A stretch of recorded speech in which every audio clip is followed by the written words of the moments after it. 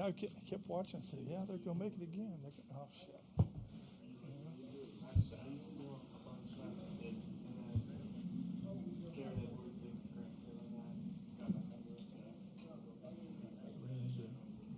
Ben McDonald going to the elevator earlier today. How are things in Denver? Just like a lot of pieces. Yeah.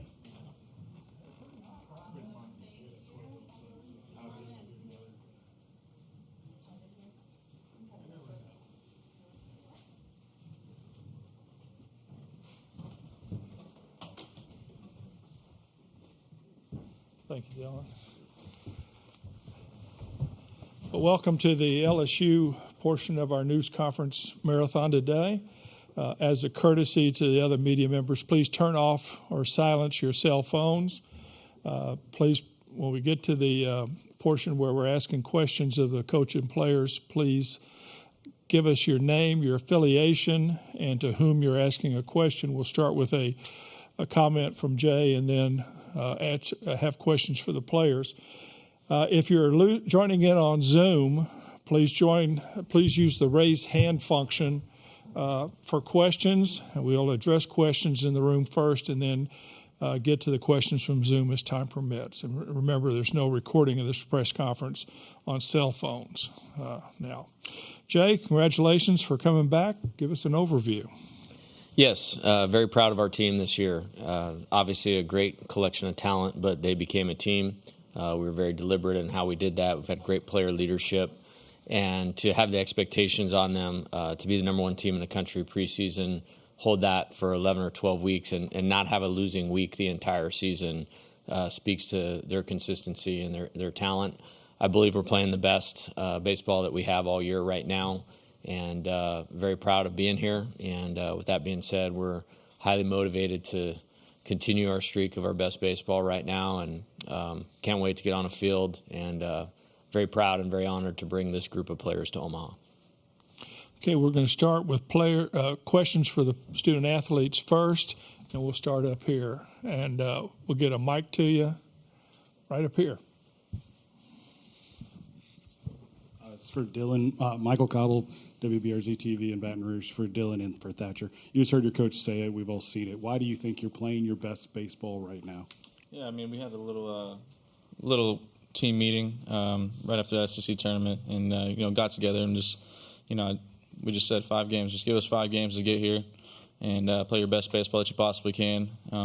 Forget about all the stuff that happened in the season. Just focus on the present right now. Give us 5 games and to get here, and I think everything will kind of just take care of itself as soon as we get here. So we gotta keep this momentum forward, and like I said, I think it's just going to take care of itself as soon as we start playing. Yeah, just what Dylan said. I think that meeting was huge for us, and a lot of momentum from that. And then just something Coach has said all year is just surrendering yourself to the result, all about the process and doing whatever we need to do to win. Okay, right here. Matt Tallerini from World Baseball Network. This question is going to be for Thatcher. Thatcher, how does it feel to be with a new program this year and just all the alignments with your mechanics that you adjusted with UCLA last year? I love being an LSU Tiger. I love our coaches, love the teammates to death. Some of my closest friends, and it's been a great season we've had. We've loved it, and I feel like I've grown a lot from it. And in terms of the adjustments, just sticking to my process every day and really staying true to that, and some results following, and then we're in a good spot now. Okay, Joe. Joe Healy, D1 Baseball.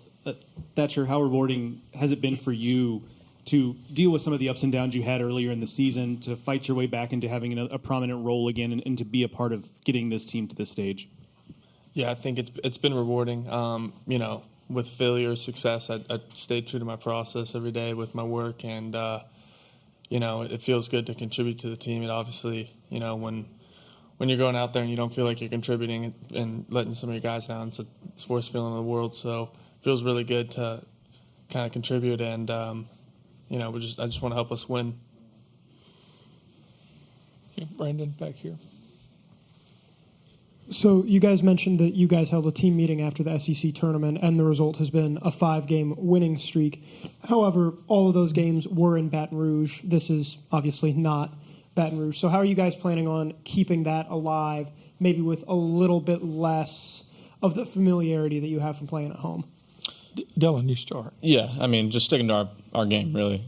I think we're in a very good spot right now. Like I said, the momentum is tremendous in this team right now. I think everything's just kind of clicking for us right now. Bullpen's doing really well. Starting pitching has just been dominant, and our approaches have been great in the batter's box. So really just sticking to our plan, no matter, change the field, change the atmosphere, sticking to our plan, that's it. Thatcher. Yeah, I think now more than ever, it's all about just staying true to ourselves and what's got us here. And I feel like that Dylan said it perfectly. Okay, Sam. Sam McEwen from the Omaha World Herald. Hey, guys. You're familiar with the team you're playing right off the bat. What is it like to play a team, yet again, that you're very familiar with that also has a really good pitching staff? Thatcher, you start. A lot of the SEC teams, we see them in conference and we see them in the SEC tournament, saw them in the postseason. So just about playing our baseball and staying true to what we know. Dylan? Yeah, very good team. I have a total respect for them. Great program. Definitely know how to win. So, we got to play our best baseball for this game. Great pitching staff. We saw them early in the year, so kind of have an idea going into this game. But yeah, like I said, got to play our best baseball right now. So, Okay, Michael, you had a question. For both guys again, if we could start with Dylan. Obviously, Skeens won the Dick Howser today. I wonder, what do you appreciate most about him? I imagine it's probably different, being in different parts in your career. Yeah, I mean, he's had a tremendous impact on my career. Just the way he goes about himself every single day. His preparation. From the first day he walked into the locker room, he's been the same ever since up to this point. And that's what I respect about him. He goes about himself like a big leaguer does, and if not, probably way better. So I've definitely taken note to that, and just try to almost imitate him in every way possible. Because he's had a lot of success this year. Thatcher. Yeah, I think with Paul, he's helped me out. I think probably more than he knows. I live with him, and we talk all the time about baseball mindset, and I just try to learn from him every day. It's really special to be around him. Same with Dylan, right next to him in the locker, and then I live with Paul. So I'm just super thankful I've got to share the field with those guys all year, and it's special. Just trying to soak it in, Okay, once again here, Matt. Yeah, Matt Talverney from World Baseball Network. Dylan, how does it feel to not just be in Omaha? You're one of the 3 finalists right now for the Golden Spikes Award, even what lies ahead towards the middle of July. What are you just looking forward to taking the field on Friday night? Man, it's something that I've wanted since I was a freshman walking into the locker room, and it's just something that I've thought about every single day leading up to this point. I want to go here and experience all this, being able to play baseball or playoff baseball, at the box was something, but being able to play here is something else. The crowds are going to double, triple, atmosphere is going to be electric. Being able to play here is pretty awesome. So, and then Golden Spikes thing, it's awesome. But we got a job here to do, and that's the only thing on my mind right now. Okay, right here. Yeah, this can be for Dylan and What's also. your name and address? Oh, sorry. Yeah, Glenn West would go 247. This could be for Coach and for Dylan. We're going with the players first. Oh, players. Okay, gotcha. Dylan, just could you talk about? I guess seems like a common theme this year has been guys accepting their roles and thriving in those environments. Thatcher's a great example. Josh Pearson. Just could you talk about the willingness of this team and just guys being able to adapt to their roles pretty consistently? Yeah, I think it all starts with the older guys, really. Some of our older guys didn't start early in the year, so having them being able to come in and produce the way they did really just kind of, moved on to the younger guys, and they've done a tremendous job. Like Pearson and Paxton sometimes, and then just other guys really. At any point, I have faith in all the guys, and everybody else does. So it doesn't matter who you are at any moment, any spot in the lineup. I think they're going to do a good job in staying present, staying locked in, and producing. Okay, Brendan. Brendan Prizeman, Omaha World Herald. This one is for both the players. LSU all year has been very good at a whole ton of things. The team's borderline top 10 in walks and hits per inning. They're a fantastic hitting team. I believe you guys lead the nation in hits. So Dylan as a hitter and then Thatcher as a pitcher, what does it mean to you guys that the other side of the ball is always constantly able to produce and give you some support? Yeah, it's awesome. It's a good feeling when the pitchers are doing their job and getting flipping the lineup over, or flipping to the other side to have the lineup do what it does best. Just going up there and hitting. We have a great offensive approach each and every day. Sticking to our plans is, just commanding the line of scrimmage in baseball is what we call it. I think we do that. Good things will happen for both sides of the playing field. Thatcher. Yeah, I think just like both sides of the ball, picking each other up. I think that's a huge component of our team. I know when I get the ball or anyone else gets the ball that we're going to score, and as a staff we're just looking to pick up the offense if maybe they put up a 0 that inning. But I think that's just a huge component of our team. Okay, here in the middle, here in the back.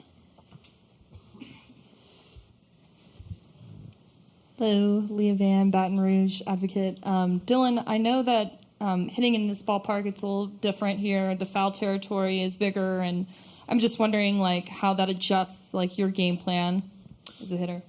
As a hitter, yeah, really just sticks to, stays the same, really, sticking to the approach. Foul territory gets a little bit bigger, but the field stays the same, really. So we just stick to our approach, really. I think everything will kind of just take care of itself. Just middle approach, commanding the strike zone. Good things will happen to both sides of the ball. Okay, Michael. Dylan, your answer to my Skeens question kind of just triggered something. Did you feel like you had a partner in crime when you showed up on campus, somebody else that could kind of shoulder the burden along with you as the face of this program? Yeah, I didn't really view myself as the face of the program. Just kind of doing my thing every day. But yeah, just having somebody to kind of just lead the team, not just on the hitter side, but on the pitching side too. Having somebody, because last year we had older guys being able to kind of be the role model, the leaders of the team, and Paul has really stepped up in being able to kind of be the leader for the younger guys, and it's been tremendous. Guys have been looking up to him and kind of following him and seeing how the way he goes about himself. So it's been good. Another from Leanne.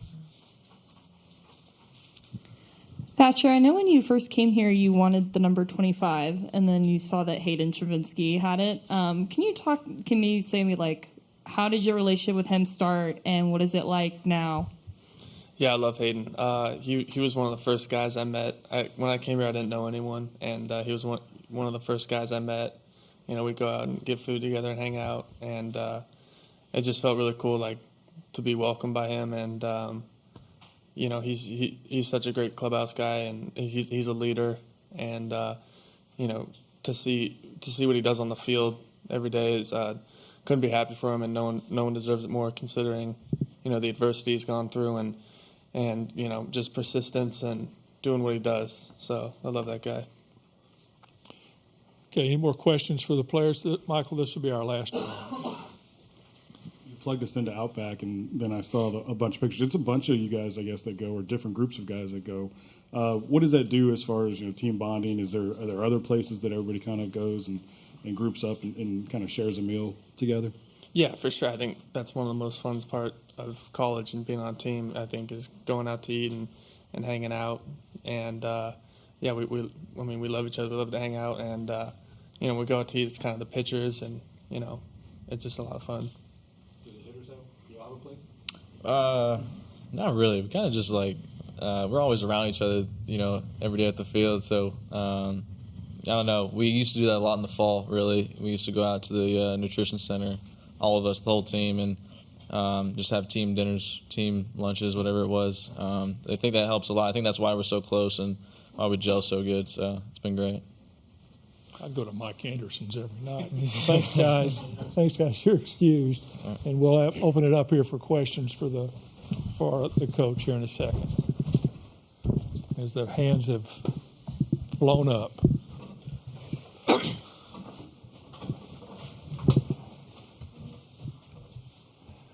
Thanks, Ben. We'll see you tomorrow. See you Saturday. Okay. Let's start. We'll start with Joe here.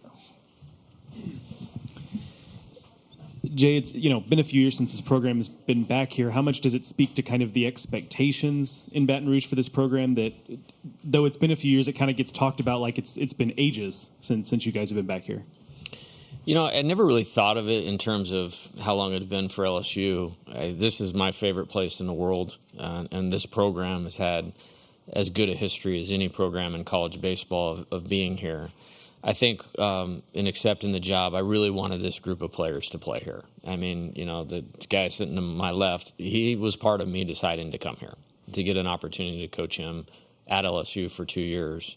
And they've done everything that we've asked them to do for 700-plus days. And, when we took the field last weekend, there was just a really solid peace of mind that these guys were going to do it. And to see the fans get behind them, they're going to get behind LSU no matter what. But this is a really easy group to get behind, how hard they play, how much they care, how invested they are in the program. And, that's kind of more where my thoughts were. Okay, let's go to the other side here. Jacques Doucet, WAP-TV in Baton Rouge. Coach, I want to ask you a couple of things. First off, I think last week you said you can't control your performance unless you control yourself. And I wonder how much that applies to you, because your players say that you are not a shouter and a screamer when you coach them. You're pretty much level with them. Well, I think in leadership, you can talk about it the way you want them to do it, or you can talk about it and you can try to show them. And certainly not perfect in that regard. And, like I'll use Thatcher as an example. His competitiveness is his best quality. And a lot of our conversations are never turning your best quality against you.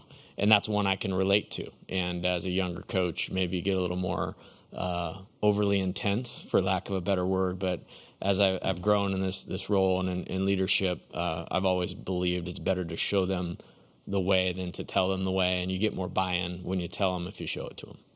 And when you were growing up, when did baseball really hook you? And when did you become just so in love with the sport? And do you have any humorous thoughts with your family, friends? Hey Jay, let's go do this. Oh, he's watching baseball, or I mean, relative to Omaha and the College World Series, I grew up in a small town, and playing Major League Baseball might as well have been going to the moon. You know what I mean? But, when you watch the College World Series, whether it was LSU, Texas, Stanford, that kind of seemed like a realistic goal. And so that was probably the first thought. I mean, football is my first love, no question about that.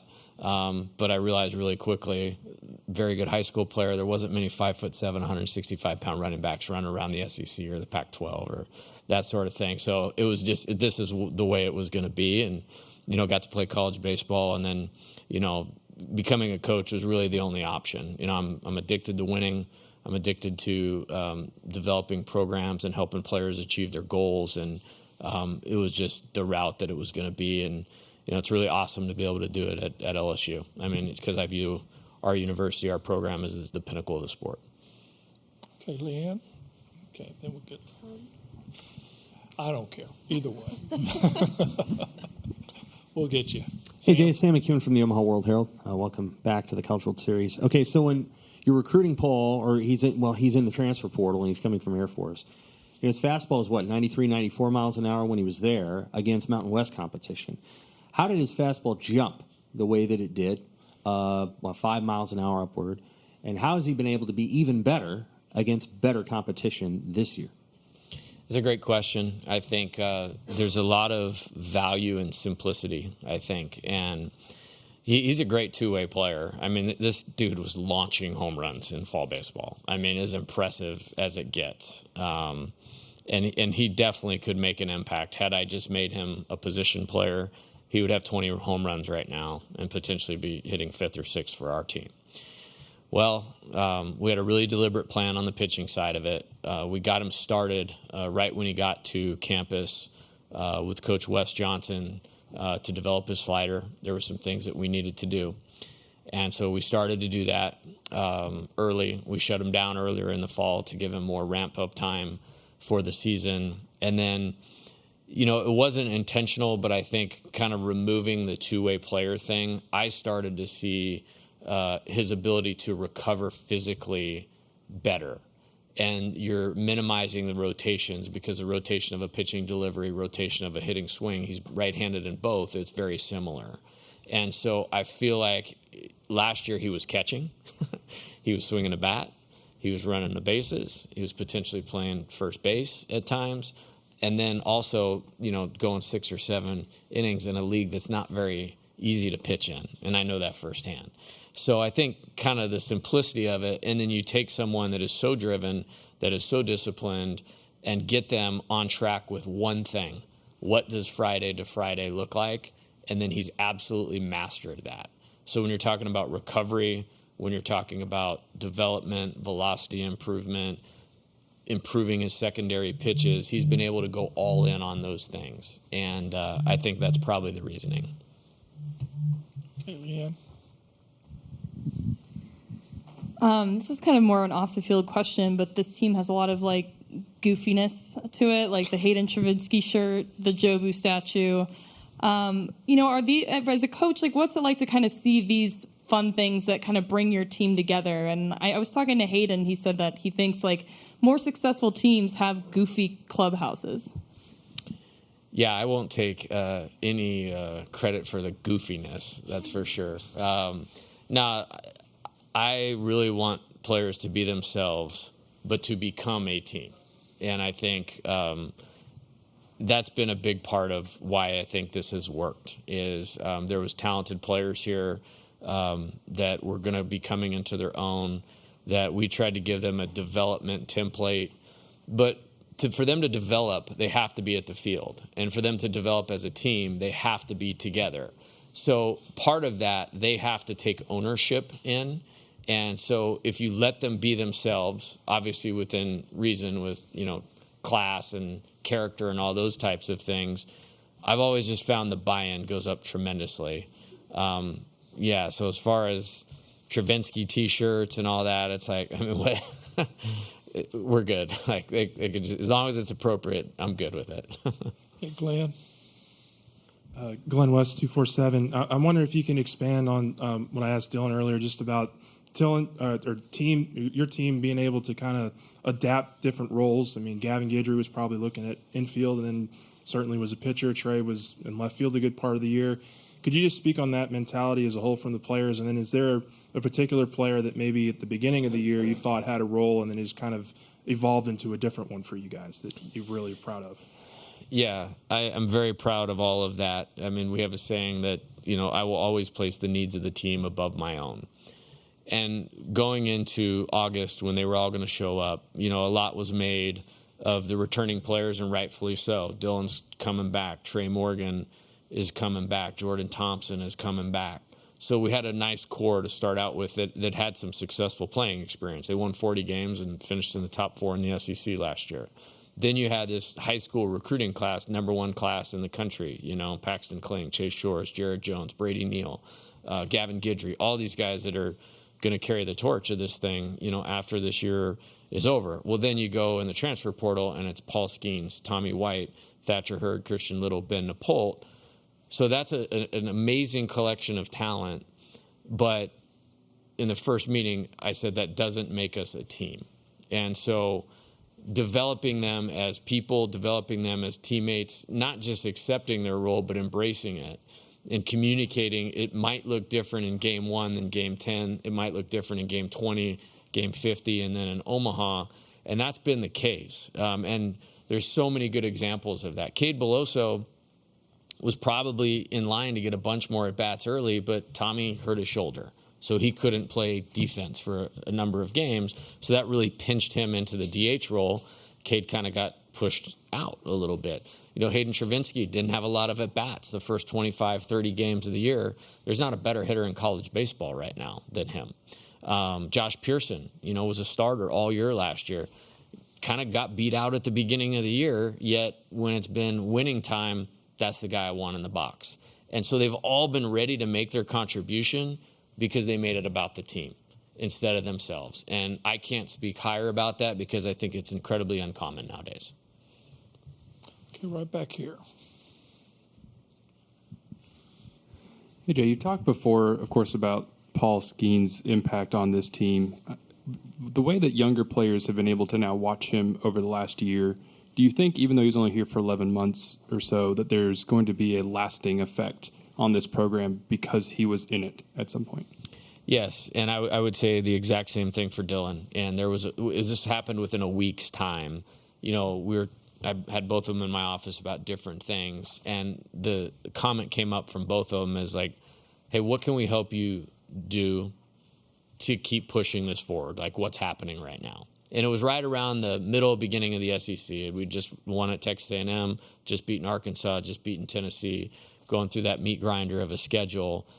And I'm thinking about these guys have their entire life in front of them. You know, they're going to make a lot of money. They're going to play in the major leagues, be all-stars, you know, win batting title, Cy Young, potential Hall of Famers. Like, that's what's in front of them.